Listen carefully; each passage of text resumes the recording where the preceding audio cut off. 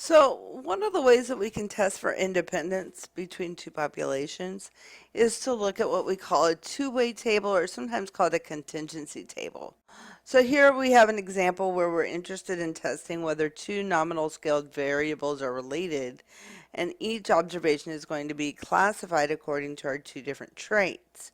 Notice we're using the formula of the expected frequency being our row total times our column total divided by our grand total.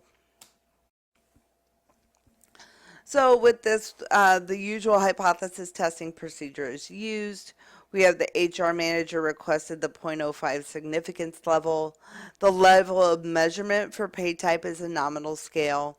The satisfaction level with health benefits is actually an ordinal scale, but we can use it as a nominal scale variable. And each sampled employee is classified by two criteria: level of satisfaction with benefits and pay type, and this information is then tabulated into what we call a contingency table. And so if we look at the next slide, we can look at how we do the hypothesis test with that.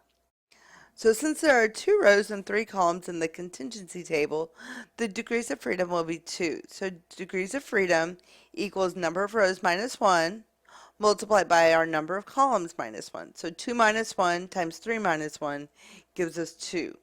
So if you go to a reference chart, you move down the degree of free column in the left margin to the row with 2 degrees of freedom on your chi-square reference chart, and then move across this row to the column headed of 0.05, and you'll find that the value is 5.991. So then you would use our formula that we talked about earlier, where you calculate the expected frequencies from our table, and then you're going to find the difference between your observed value and your expected value, squared that, divided by your expected value, and get the sum of that for all of your values to get your chi-square value. And in this case, it would be 2.506. So therefore, we don't end up we end up rejecting the null hypothesis and conclude that it appears that pay type and healthcare benefits are not related.